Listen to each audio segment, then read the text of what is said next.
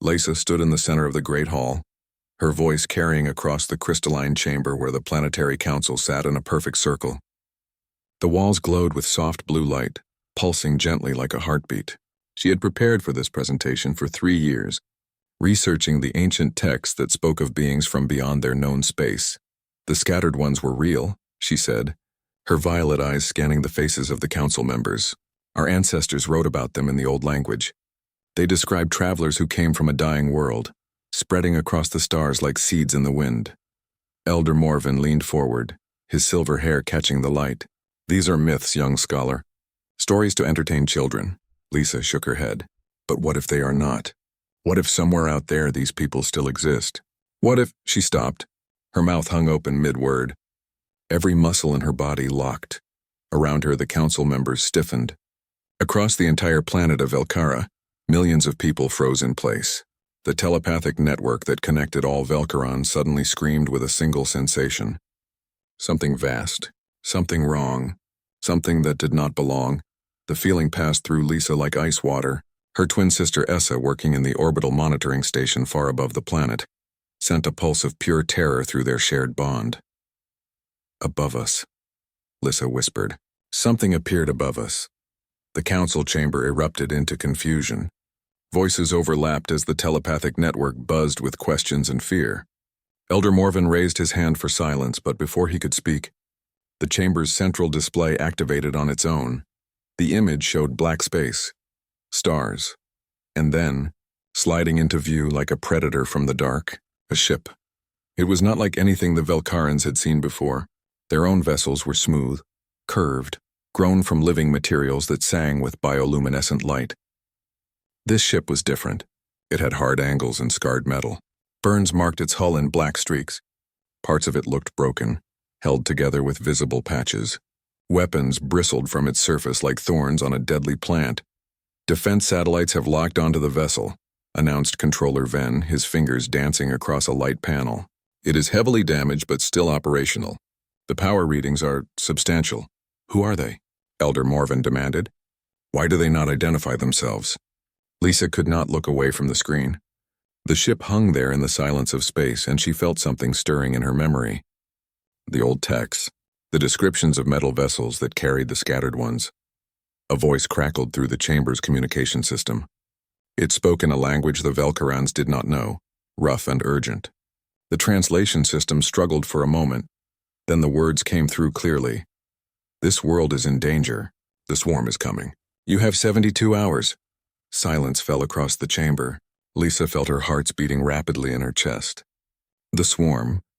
She had never heard that word before, but the way the voice spoke, it carried weight, terror, exhaustion, and something else, determination. This is a threat, said Council Member Thera, her face pale. They come to our world with weapons and speak of danger. They bring the danger themselves. Or they bring a warning, Lisa heard herself say. All eyes turned to her. Perhaps they are trying to help us. Elder Morven studied the ship on the display. We have lived in peace for 3,000 years under the protection of the Galactic Concordat. If there was true danger, the Concordat would have warned us. May I speak with them? Lisa asked. Let me be part of a contact team. We should learn what they know. The council members looked at each other.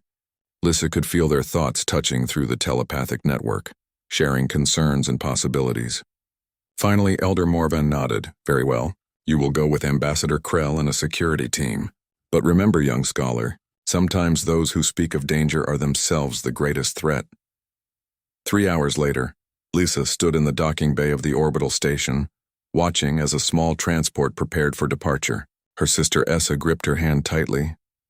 I do not like this, Essa said through their private mental link. That ship feels wrong, dark, like it has seen terrible things. That is why I must go, Lisa replied. To understand. Ambassador Krell approached, his formal robes flowing behind him. 6 security officers followed, though Lisa noticed they carried no weapons. Velkarans did not believe in violence. They had never needed to. The transport launched smoothly, crossing the distance between the station and the mysterious ship. As they grew closer, Lisa could see the damage more clearly. Holes in the hull, some hastily sealed with metal plates, scorch marks that spoke of weapons fire. This vessel had been in a battle, Many battles. They are opening a docking port, their pilot announced. The transport slid into the ship's interior, and Lissa felt the artificial gravity take hold. The air that hissed into their craft smelled strange, metallic, recycled, old. The airlock opened and they stepped into a corridor lit by harsh white lights. A human stood waiting for them. Lisa had never seen a human before, but she knew immediately what he was. The ancient text had described them. 2 eyes instead of the Velcarin 4, skin tones and shades of brown instead of the soft blue of her people, hair that grew from their heads in wild patterns. This human looked tired. Deep shadows hung under his eyes. His uniform was clean but worn. When he spoke, his voice carried the weight of someone who had not slept properly in a very long time. "I am Captain Marcus Chen of the Earth Alliance destroyer Indomitable," he said. The translation came through clearly. "Thank you for coming. I wish we had more time for proper introductions, but we do not. Please follow me." He turned and walked down the corridor without waiting for a response. Ambassador Krell looked offended by the lack of ceremony, but Lisa hurried to follow. Something about the captain's urgency felt genuine. They entered a room filled with displays and control stations. Humans worked at various posts, their movements efficient and practiced. Lisa noticed how many stations sat empty. This ship was built for many more people than currently served aboard it. A human woman approached, her dark skin contrasting with her white medical coat. She smiled warmly at the Velcarons. "I'm Dr. Sarah Okonkwo. I have studied many species, but I have never met your people before. Your telepathic abilities are fascinating." Before Lissa could respond, Captain Chen activated a large central display. "I'm going to show you something. It will be difficult to watch, but you need to understand what is coming." The display lit up with footage from space. A planet hung in the black, green, and blue and beautiful. Then dark shapes appeared at the edge of the frame. Not ships, Lissa realized with growing horror. Living things. Enormous creatures that moved through space like fish through water. Behind them came smaller vessels, thousands of them, all connected by some invisible link. The swarm fell upon the planet like locusts on a field. They wrapped around it, covered it, consumed it. The footage showed cities burning, oceans boiling away, the atmosphere itself being stripped and processed. Within hours, the beautiful world became a dead gray sphere. Lissa felt sick. Beside her, Ambassador Krell had gone completely pale, his 4 eyes wide with shock. "This happened 4 months ago," Captain Chen said quietly. The planet was called Haven. 2 billion people lived there. The Krethic swarm gave them no warning, no chance to surrender. They just consumed everything. He changed the image. Another planet dying. Another. 3 more. The Galactic Concordat tried to fight them. They failed. 2 years ago, they began abandoning the outer sectors, focusing their defense around the core worlds. Evacuation orders went out across the standard communication networks. Captain Chen looked directly at Lisa. "Your world never received the warning. Your comm relay is outdated. You have been living in peace, not knowing that the swarm has been consuming everything in its path, moving closer with each world it takes." "How long?" Ambassador Krell whispered. "How long until they reach us?" "Our instruments detected them entering the system 3 hours ago," Dr. Okonkwo said gently. "They are slowing to feed on the outer planets first, building their numbers. We estimate they will reach Velcar in 72 hours. Lissa found her voice. "And you? Why are you here? Why just one ship?" Captain Chen looked at her and she saw something in his eyes that made her heart ache. Loss, determination, a refusal to give up even when everything seemed hopeless. "Because," he said simply, "someone has to warn you. Someone has to give you a chance to fight." The planetary council chamber buzzed with heated debate. Lissa sat in the observation gallery, watching as the council members argued about what to do. Half believed Captain Chen and wanted to prepare for evacuation. The other half insisted this was a trick, that the humans themselves were the real threat. "They show us images," Council Member Thera said loudly, "but images can be false. How do we know this swarm is real? How do we know these humans did not create the footage to frighten us?" Elder Morven raised his hand for quiet. "Ambassador Krell, you spent 6 hours aboard their vessel. What is your assessment?" Ambassador Krell stood slowly.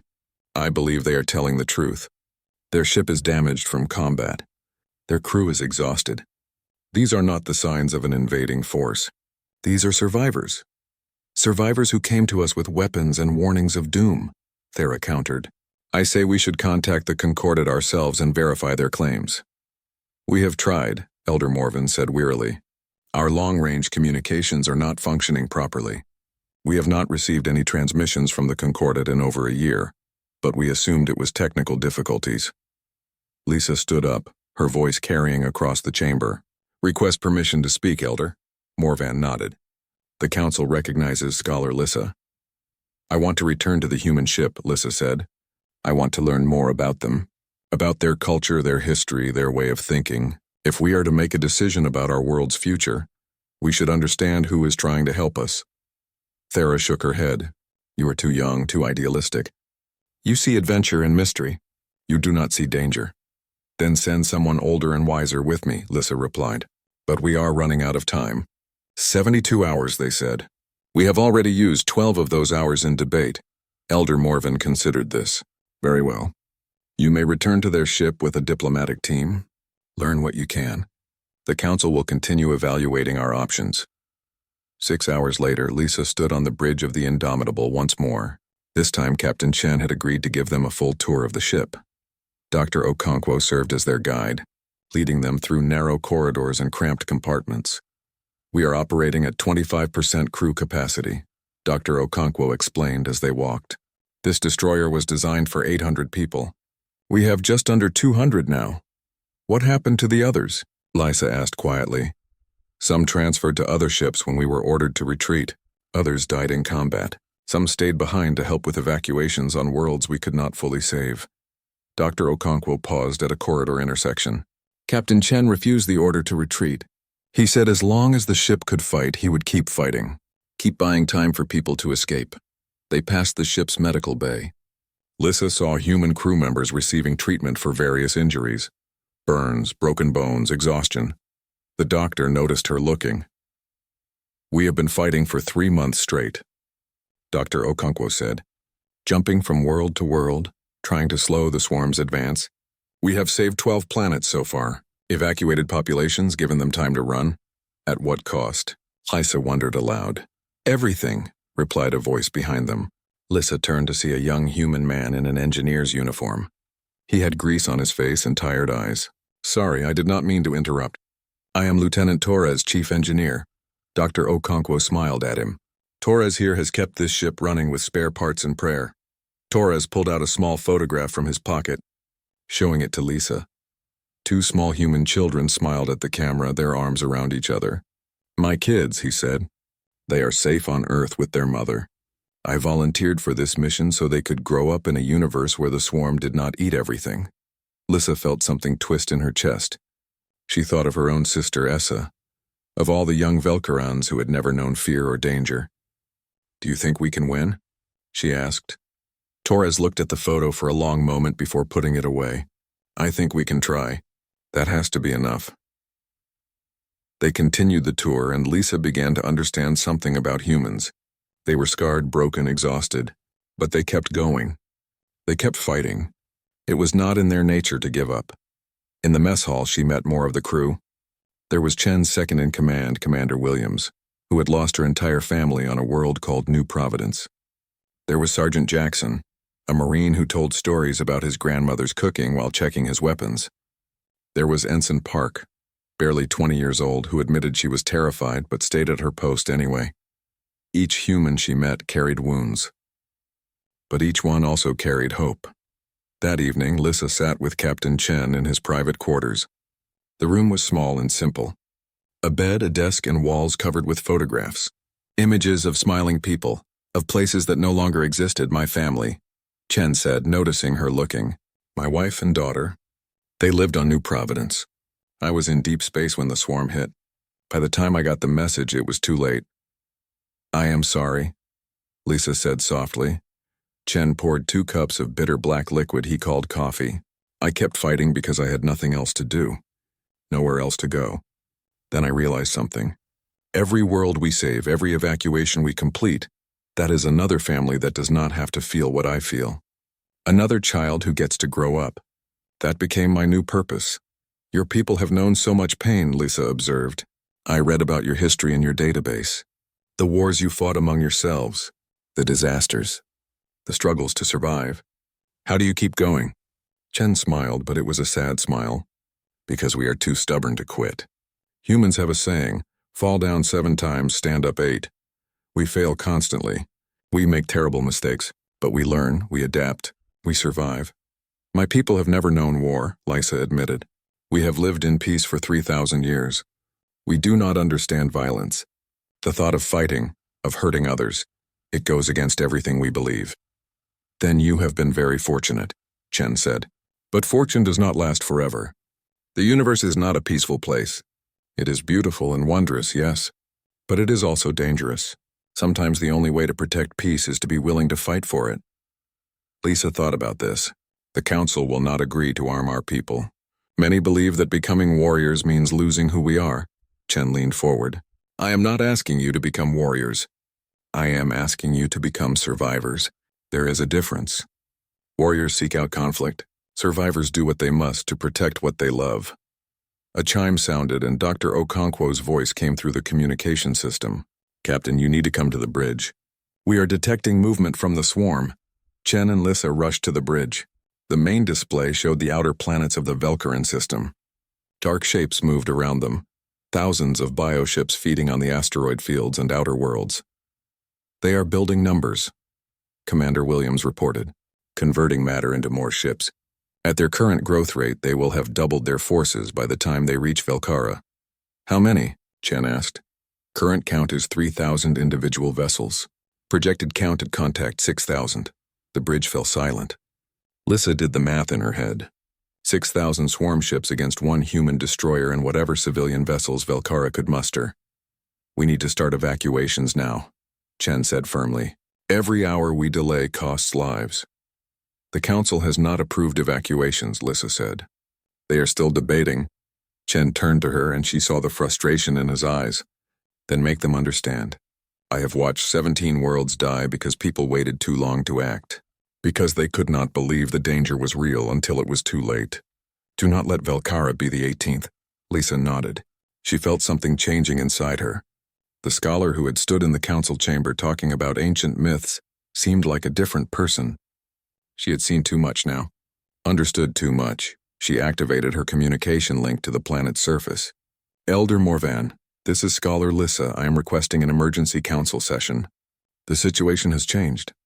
As she waited for the response, Dr. Okonkwo approached her. You are very brave, the doctor said. Coming up here facing these truths, many species we have encountered refused to believe until the swarm was already consuming their worlds. I am not brave, Lisa replied. I am terrified. But Captain Chen taught me something. Being afraid and acting anyway, that is what courage really means. The communication system crackled. Elder Morvan's voice came through sounding old and tired. The council will hear you, scholar. Return to the surface and present your findings. Lysa looked at the display one more time, watching the dark shapes of the swarm multiply in the outer system. 60 hours remained. She hoped it would be enough time to convince her people to act, because now she understood what Captain Chen and his crew had been trying to tell them all along. Hope was not about believing everything would be fine. Hope was about choosing to fight for survival even when the odds looked impossible. I will be back, she promised Chen. One way or another, we will be ready. Lisa stood before the Planetary Council for the second time in 3 days, but everything had changed. She no longer felt like a young scholar hoping to impress her elders. She felt like someone carrying the weight of her entire world on her shoulders. The swarm is real, she said, her voice steady. It is growing stronger every hour. In 58 hours, it will reach our world. We must evacuate everyone we can and prepare to defend those who cannot leave in time. Elder Morvan studied her carefully. You have changed, young one. Something in you is different. I have seen what is coming, Lisa replied. I have spoken with people who have watched worlds die. They came here to our planet to warn us. The least we can do is listen. Council member Thera stood up, her face angry. You want us to become like them. Like these humans. You want us to arm ourselves, to build weapons, to become violent creatures. We are Velkarans. We do not harm others. The swarm will not care about our philosophy, Lisa said. It does not negotiate. It does not show mercy. It consumes. If we do nothing, we will all die. Our culture, our history, our way of life. All of it will be erased. Better to die as who we are than to live as something else, Thera insisted. Lisa felt anger rise in her chest, hot and unfamiliar. Easy words when you are not the one watching children being consumed. Captain Chen lost his family to the swarm. Dr. Okonkwo left a comfortable life to fight. Lieutenant Torres carries a picture of his children and works until he collapses because he wants them to have a future. They are not asking us to become violent. They are asking us to survive. The council chamber erupted in debate. Voices overlapped, arguments flew back and forth. Lissa felt her sister's presence through their telepathic bond. Asa was in the orbital station watching the swarms approach. The fear coming through their connection was overwhelming. Finally, Elder Morven raised his hand for silence. We will put it to a vote. All in favor of full evacuation and defensive preparations? Hands rose slowly. 5 council members. Not enough. All opposed? 6 hands. The vote failed. Morvan sighed deeply. However, we can agree to a compromise. We will prepare evacuation ships and strengthen our orbital shields. We will not arm our people for combat, but we will train volunteers in basic ship operations and emergency procedures. Those who wish to learn from the humans may do so. Does this satisfy both sides? Reluctant nods came from around the chamber. It was not what Lysa wanted, but it was something. Then let us begin, Morvan said. Scholar Lissa, you will coordinate with the human ship. Organize the volunteers. May the light guide us all. The next 2 days passed in a blur of frantic activity. Lissa barely slept. She moved between the planet's surface and the Indomitable, organizing training sessions and evacuation plans. Captain Chen sent teams of humans down to Velkara to teach the volunteers. Sergeant Jackson ran crash courses in ship operations. Commander Williams taught basic tactical thinking. Dr. Okonkwo showed Velkaran medical staff how to treat combat injuries, something they had never needed to know before. But the cultural gap was enormous. When Jackson demonstrated how to operate a weapons console, many Velkarans became physically ill. The thought of deliberately harming another living being went against their deepest instincts. This is impossible, Jackson told Lissa after the 3rd training session. No offense to your people, but most of them cannot even look at a weapon without getting sick. How are they supposed to fight? I do not know, Lisa admitted. But we have to try. She spent hours with her sister Essa, preparing the orbital station for battle. They reinforced the shields and plotted evacuation routes. At night, they would sit together and talk through their telepathic link, sharing fears and hopes. Are we going to die? Essa asked one night. Maybe, Lisa replied honestly, but maybe not. The humans have survived impossible situations before. Perhaps we can too. On the 2nd day of preparations, Lissa found herself in the Indomitable's library, researching human history.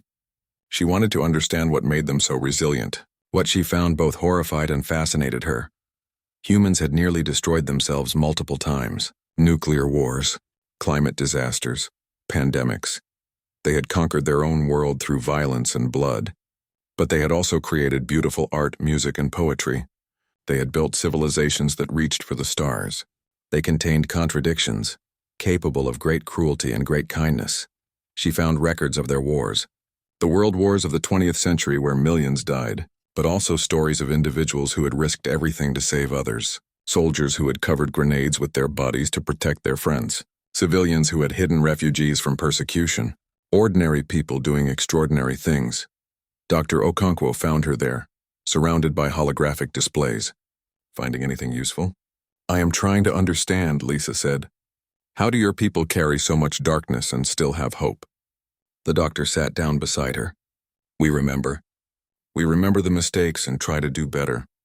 We remember the heroes and try to be worthy of their sacrifice. Every human child learns about the wars, yes, but also about the peace that followed. We learn that we can change, that we can choose to be better than we were. My people have never had to make that choice, Lisa said. We have always been peaceful. Now we must decide if we can be something else without losing ourselves. Okonkwo smiled gently. You know what I have learned studying different species? Every culture is defined by the choices it makes in crisis. You are not losing who you are. You are discovering who you can become. That evening, Lissa addressed a gathering of 5,000 Velkaran volunteers. They filled the central plaza of Lumenis, their faces showing a mixture of fear and determination. I will not lie to you, she told them. What is coming is terrible. Many of us may die. But we have a choice. We can run and hope we survive, or we can stand and fight for our home. She paused, feeling the telepathic network pulse with emotion. The humans who came to warn us, they could have run too. Their ship is damaged. They are outnumbered. But they stayed. They chose to give us a chance. Now we must choose what to do with that chance, a voice called out from the crowd. What if fighting changes us? What if we become violent like other species? Lissa thought about Captain Chen, about his sad smile when he talked about his lost family, about Torres and his children's photograph, about Jackson's grandmother's cooking, about all the small human moments of kindness she had witnessed aboard a warship. The humans taught me something, she said. Violence does not define you. Your choices define you. They fight not because they love violence, but because they love what they are protecting. We can do the same. We can defend our world and still remain Velkarans. We can be strong without being cruel. The crowd murmured, the telepathic network buzzing with debate. Then someone began a traditional Velkaran chant, a song of unity and strength. Others joined in. The sound grew, filling the plaza, reaching up to the stars where the swarm approached. Lissa felt tears on her face. Her people were afraid, yes, but they were not broken. Not yet. Later that night, she returned to the Indomitable to report on the progress. Captain Chen looked more tired than ever, but he managed to smile when she told him about the volunteers. You are a natural leader, he said. Your people are lucky to have you. I do not feel like a leader, Lissa admitted. I feel like I am making everything up as I go. Chen laughed, a sound that seemed strange coming from someone so exhausted. That is what all leaders feel like. We just hide it better. He pulled up a display showing the swarm's position. They had finished feeding on the outer planets and were beginning their approach to Velkara. The dark mass of bioships moved through space like a living nightmare. 40 hours, Chen said quietly. Then it begins. Will we win? Lissa asked. Chen was silent for a long moment. Honestly? Probably not. The numbers are against us. But here is what I have learned in 3 months of fighting them. The swarm expects prey to run or freeze in fear. They are not prepared for prey that fights back. If we can surprise them, hurt them, disrupt their coordination, we might create enough chaos for your evacuation ships to escape. And the Indomitable? Lissa asked, though she already knew the answer. We will buy you as much time as we can, Chen said simply. Lissa felt something break open inside her chest. These humans, these strange, violent, hopeful creatures were planning to die for her world. For people they had just met. There must be another way, she said. Some plan where you survive too. Chen put his hand on her shoulder, a human gesture of comfort. Maybe there is. We have 40 hours to find it. So let us not give up yet, Lissa nodded. She returned to the planet's surface and threw herself into preparations with renewed energy. She coordinated evacuation schedules, organized supply distributions, and checked in with volunteers. She barely ate, barely slept. But in quiet moments, when she looked up at the stars, she thought about Captain Chen's words. We are too stubborn to quit. Maybe, just maybe, that stubbornness could be contagious. Maybe it already was.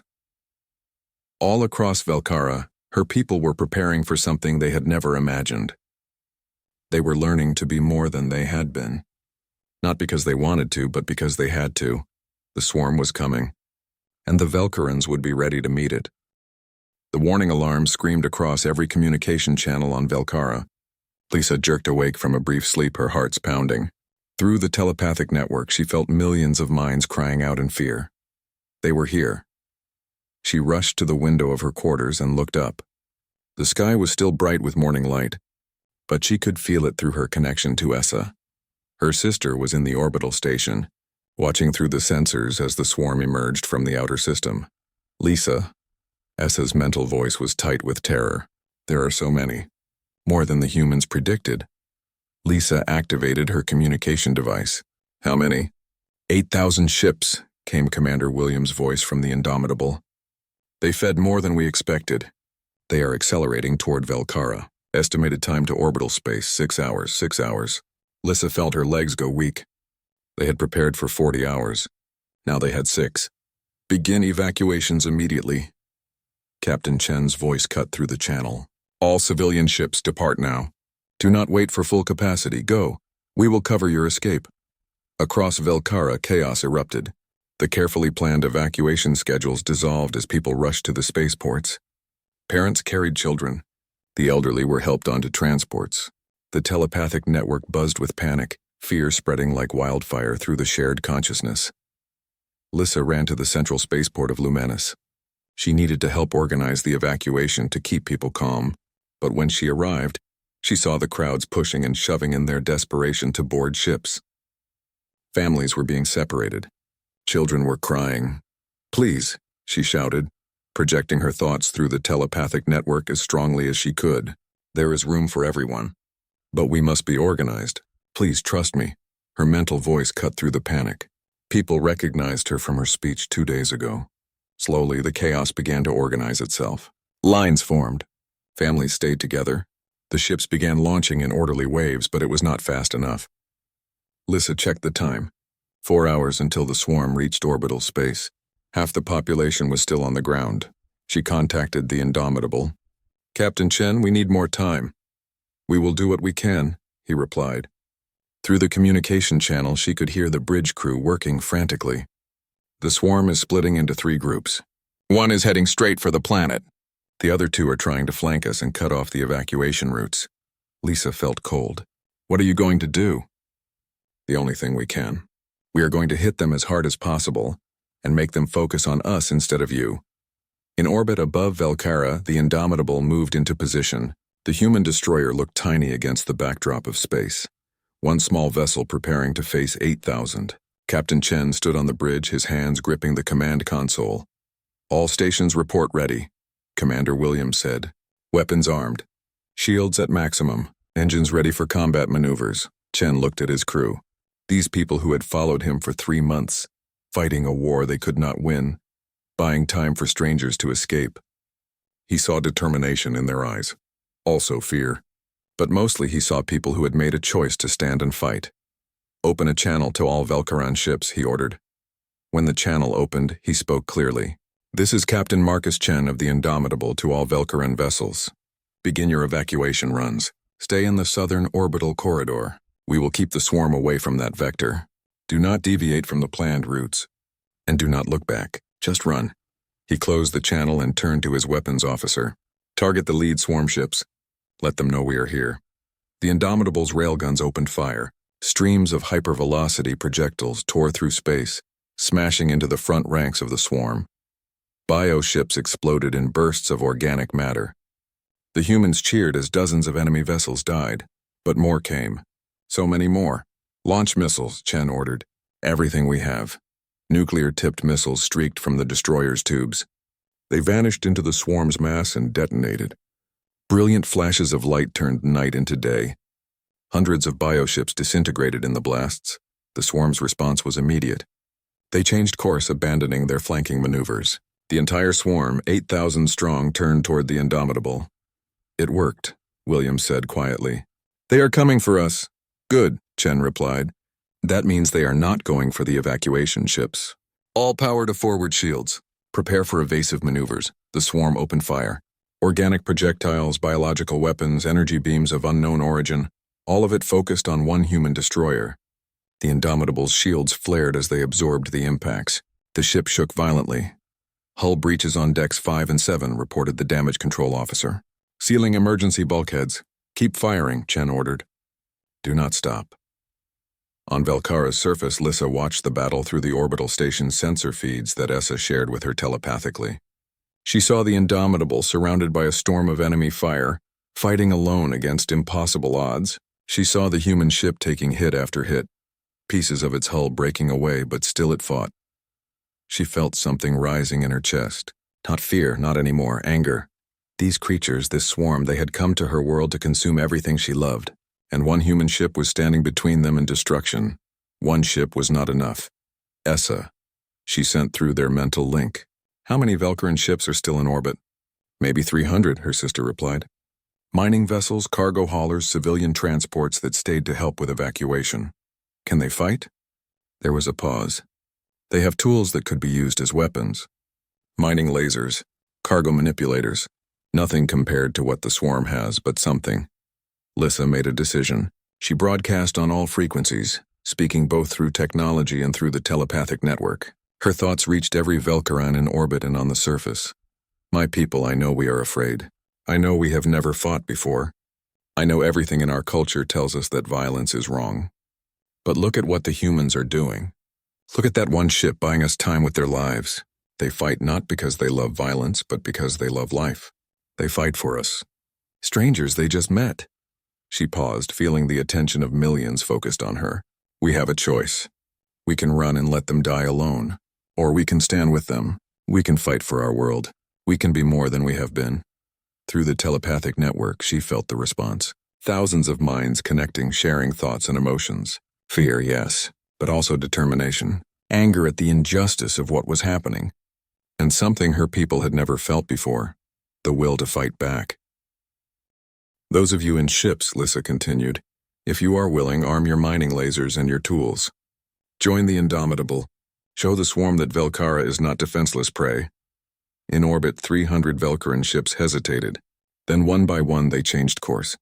Mining vessels designed for peaceful work turned toward the battle. Cargo ships that had never seen combat moved to support the human destroyer. Captain Chen watched in shock as his sensors showed the approaching Velcaran vessels. What are they doing?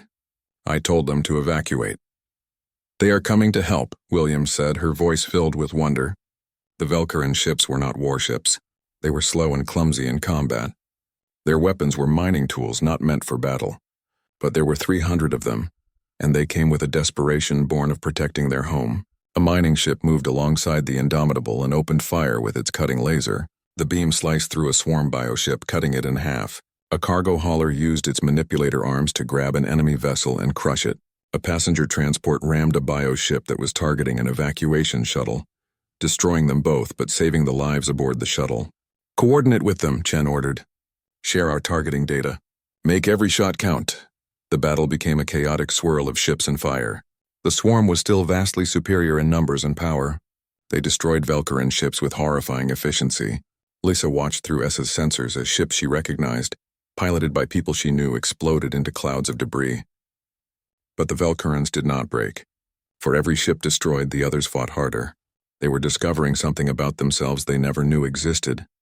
They could be fierce when defending what they loved. On the Indomitable's bridge, alarms screamed constantly. Hull breaches on all decks, the damage officer reported. Engineering reports the reactor is overheating. Weapon systems failing. Chen looked at his tactical display. The swarm had lost maybe 1,000 ships, but 7,000 remained. And they were pushing through the defense line, getting closer to Velcara. He made the calculation instantly. They could not win, but they could still buy more time. Engineering, he spoke into the communication system. Prepare to overload the reactor. Set it for maximum yield. Lieutenant Torres's voice came back, shaking slightly. Sir, that would destroy the ship. I know, Chen said quietly. But we can take a lot of them with us. And every swarm ship we destroy is one less attacking Velcara. One less chasing the evacuation ships. Williams turned to him. Marcus, there has to be another way. If there is, I do not see it, Chen replied. He looked at his crew. All hands, this is the captain. Abandon ship. Evacuate to pods. That is an order. Sir, we are not leaving you, Sergeant Jackson said from his station. This is not a debate, Chen snapped. You have done your duty. You have fought bravely. Now live, go. Slowly, reluctantly, the crew began moving to the escape pods. Chen watched them go. These people who had trusted him, followed him, fought beside him. He hoped they would make it. From Velcara's surface, Lysa felt something shift in the telepathic network. Essa's panic came through like a scream. Lissa, the human ship. Its power readings are spiking. I think they are going to... No, Lisa whispered. She understood. Captain Chen was going to ram the swarm center and explode his reactor. He was going to sacrifice himself and his ship. She broadcast again, her mental voice reaching every Velcaran in the system. The humans are about to make their final stand. They are going to die for us. For people they barely know. This is what courage looks like. This is what sacrifice means. Through the network, she felt the response, grief, admiration, and determination. Her people would not let this sacrifice be in vain. They would remember. They would survive. They would become worthy of what the humans were giving them. The Indomitable turned, all power to engines, and began its final run toward the heart of the swarm. Captain Marcus Chen stood alone on the bridge of the Indomitable. The rest of the crew had evacuated as ordered, though he knew some had refused and were still fighting in the engineering sections, keeping the ship running for its final run. Stubborn, all of them. He would have done the same. The destroyer accelerated toward the center of the swarm. Thousands of bioships turned to face him, their weapons charging. Chen armed every remaining missile, every railgun, every weapon system that still functioned. If he was going to die, he would take as many of them as possible. On the planet's surface, Lisa felt the telepathic network surge with emotion. Every Velcaron was connected, sharing the same thoughts. They watched through sensor feeds, through shared consciousness as the human ship made its suicide run. Then Lisa felt something impossible. The telepathic network was extending, reaching, touching, and somehow, some way connecting with the minds aboard the Indomitable. Captain Chen gasped as foreign thoughts flooded his consciousness. Millions of Velcaron minds all focused on him. He felt their gratitude, their sorrow, their desperate wish for him to survive, and beneath it all their determination to help. Through this connection he could see the battle as the Velcaron saw it. Every ship, every movement, every angle. The swarm's formations were visible from 1,000 different perspectives simultaneously. He understood in that instant what the Velcaron telepathy could do. Commander Williams, he spoke into his communication device, reaching the escape pods. Are you receiving this? The telepathic network? Yes, sir, Williams replied, her voice filled with wonder. I can see everything. All our ships. All their ships. It's like having perfect battlefield awareness, Chen smiled. Maybe they had a chance after all. Through the telepathic link, Lisa projected instructions. She had studied military tactics in the human database. She understood strategy now in a way she never had before. And with the telepathic network connecting all Velcaron ships, they could coordinate in ways no other species could. Form a corridor, she broadcast. Create a path for the Indomitable to reach the swarm's center. Protect the human ship. Move as one. The 300 Velcaron vessels responded instantly. They moved in perfect synchronization, impossible coordination. They formed a living corridor through the swarm, their weapons firing continuously to keep the bioships back. The Indomitable plunged through this corridor, its weapons blazing. Chen saw what Lisa was planning. The swarm had a central coordination node, a massive bioship at the heart of their formation that controlled the hive mind. If they could destroy it, the swarm would lose cohesion. But they had to get close enough. And the swarm was realizing the danger. Hundreds of bioships turned to block the corridor. They focused their fire on the Velcaron vessels, keeping the path open. Ships exploded. Lisa felt each death through the telepathic network. Felt the pilots' final thoughts as they died. It was agony, but she kept broadcasting coordinates and strategies. Mining ship Crystal Song moved to Sector 4. Cargo hauler Dawn's Light, cover the left flank. Transport Hope's Promise, fall back. Your shields are failing. The Velcarons obeyed, moving with inhuman precision. For every ship lost, another filled its place. They had never fought before, but they were learning fast. And they were fighting not for glory or conquest, but for survival. For home. For each other. Essa in the orbital station managed the sensor data, feeding information through the network. She could see the patterns, the weak points in the swarm's formation. She shared this with everyone simultaneously. The coordination node is moving, Essa broadcast. It is trying to hide behind the outer ships. We need to flush it out, Chen replied through the telepathic link. It was strange thinking at people instead of talking to them, but it was efficient. Lisa had an idea. What if we threaten something it cannot ignore? Something it must defend? Like what? Chen asked. Itself, Lisa said. The swarm's ships are all connected to the hive mind. What if we attack from multiple directions at once? It would have to choose what to protect. Through the network, the strategy formed in everyone's mind simultaneously. The Velcaron ships split into smaller groups, each targeting different sections of the swarm. The bioships had to divide their attention, splitting their forces, and there, at the center, the coordination node was exposed. I see it, Chen said. Plotting intercept course. All weapons target that node. The Indomitable surged forward. Swarm ships tried to block its path, but the Velcaron vessels rammed them, sacrificed themselves to clear the way. Lisa felt each death like a knife in her chest, but she kept the network focused. Kept everyone coordinated. Chen's ship was dying. Half the systems were offline. The hull was breached in a dozen places. But the engines still worked. The reactor was still building toward critical overload, and the weapons were still firing. 200 meters, he counted down. 100 meters. 50 meters. The coordination node tried to flee, but it was too late. The Indomitable crashed into it at full speed, and Chen detonated the reactor. The explosion was like a second sun being born. A sphere of nuclear fire expanded outward, vaporizing everything nearby. The coordination node disintegrated. Hundreds of bioships caught in the blast were destroyed instantly. Through the telepathic network, every Velkaran felt the explosion. They felt Captain Chen's final thought. Good luck. Then he was gone. For a moment the battle paused. The swarm ships stopped moving, their connection to the hive mind severed. They drifted, confused and directionless. Lisa felt tears streaming down her face, but she did not stop. Now, while they are disorganized, drive them back! The Velkaran ship surged forward. They destroyed the confused bioships methodically, efficiently. Without coordination, the swarm was just individual creatures, dangerous but manageable. But then the swarm adapted. The bioships began to regroup, forming new patterns. They were establishing a secondary coordination system. The battle was not over. In the orbital station, Essa made a discovery. Lysa, the escape pods from the Indomitable. There are survivors, 37 of them, including Dr. Okonkwo and Commander Williams. Hope sparked in Lissa's chest. Not all the humans had died. Some had survived. Rescue them, she ordered. Bring them to the station. But the swarm had noticed the pods too.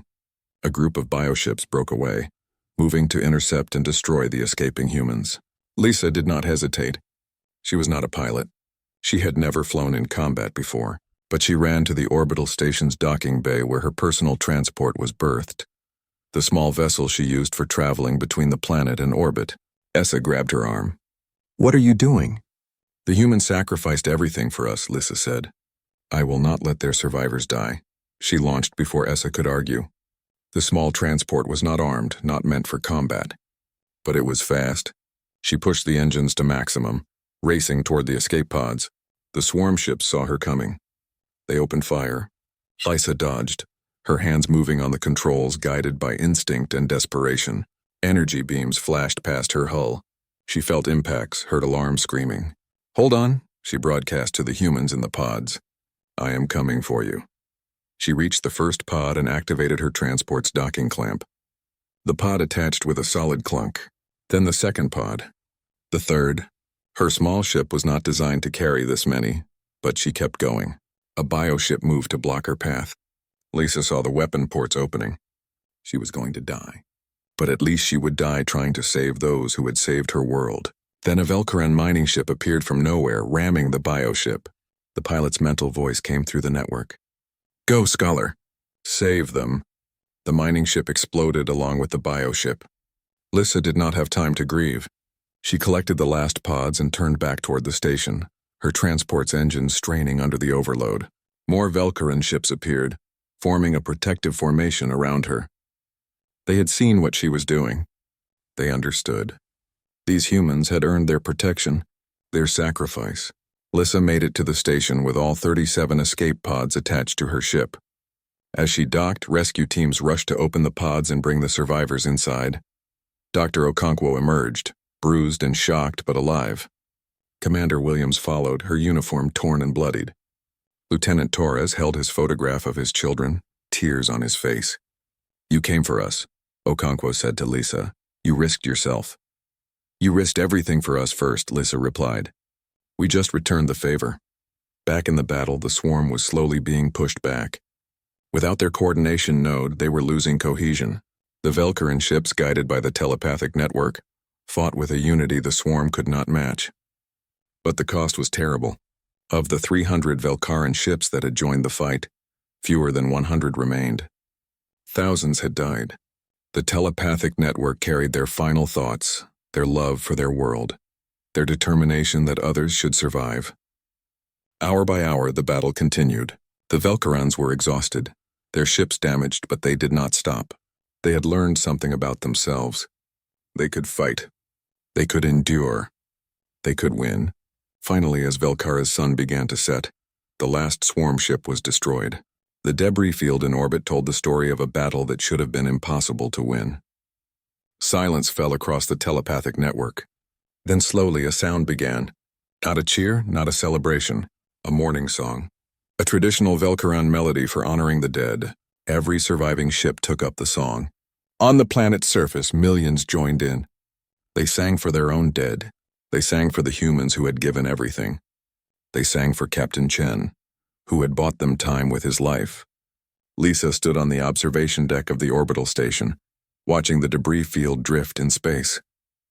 Beside her stood Commander Williams, now the senior surviving human officer. "What will you do now?" Lisa asked. "Your ship is gone. Your captain is dead." Williams was quiet for a long moment. "We will rebuild. Find other survivors. Keep fighting the swarm wherever it appears. That is what Marcus would have wanted." "You could stay here," Lisa offered. "Velcara owes you a debt we can never repay." Williams smiled sadly. "No, we are warriors now. We cannot stop fighting while others are still in danger. But we will remember this world. Remember that sometimes peace-loving people can become the fiercest fighters when defending their home." In the days that followed, Velcara mourned and rebuilt. Monuments were erected to the fallen. The council, humbled by events, stepped down and allowed new leaders to emerge. Leaders like Lisa, who understood that peace must sometimes be protected with strength. The surviving humans prepared to depart aboard a Velcaran ship, heading back to human space to report on the battle and continue the fight against the swarm. Before they left, Lisa visited Dr. Okonkwo one last time. "Will we see each other again?" Lisa asked. "I hope so," Okonkwo replied. "Your people have changed, Lisa. You are still Velcarans, still peaceful at heart. But now you know you can be strong too." "That is a valuable lesson," Lisa nodded. She thought about Elder Morvan's question from days ago. Had she changed? Yes. Had her people changed? Yes, but they had not lost themselves. They had simply discovered they were more than they had believed. 6 months later, Lisa stood before the completed monument in Lumenis's central plaza. It was a statue of a human ship, the Indomitable, rendered in crystalline Velcaran art. At its base were inscribed the names of everyone who had died in the battle, both Velcaran and human. She had been appointed as Velcara's first ambassador to humanity. Tomorrow she would depart on a journey to Earth, to the homeworld of the species that had saved hers, to tell them about Captain Chen's sacrifice, to forge an alliance between their peoples. But tonight she stood at the monument and remembered the moment she had frozen mid-sentence when a single human ship appeared above her world. Remembered everything that had followed. The fear, the preparation, the battle, the cost. She looked up at the stars, no longer afraid of what might be waiting there, because now she knew. The universe was dangerous, yes, but it also contained people like Captain Marcus Chen, people who would sacrifice everything for strangers, people who believed that some things were worth fighting for. And if humans could be that way, maybe Velcarans could too. Maybe any species could when it mattered most. "Thank you, Captain," she whispered to the stars. "We will not forget. We will not waste what you gave us. We will be worthy of your sacrifice." Above her, the stars shone bright and infinite, and somewhere among them other worlds waited. Other battles, other chances to prove that hope could survive even the darkest times. Lisa smiled. She was ready. Her people were ready. Together they would face whatever came next. Because that was what survivors did. They fell down 7 times and stood up 8. They scattered but endured. And they never ever abandoned those who needed them. The humans had taught them that. And it was a lesson Velcara would carry to the stars.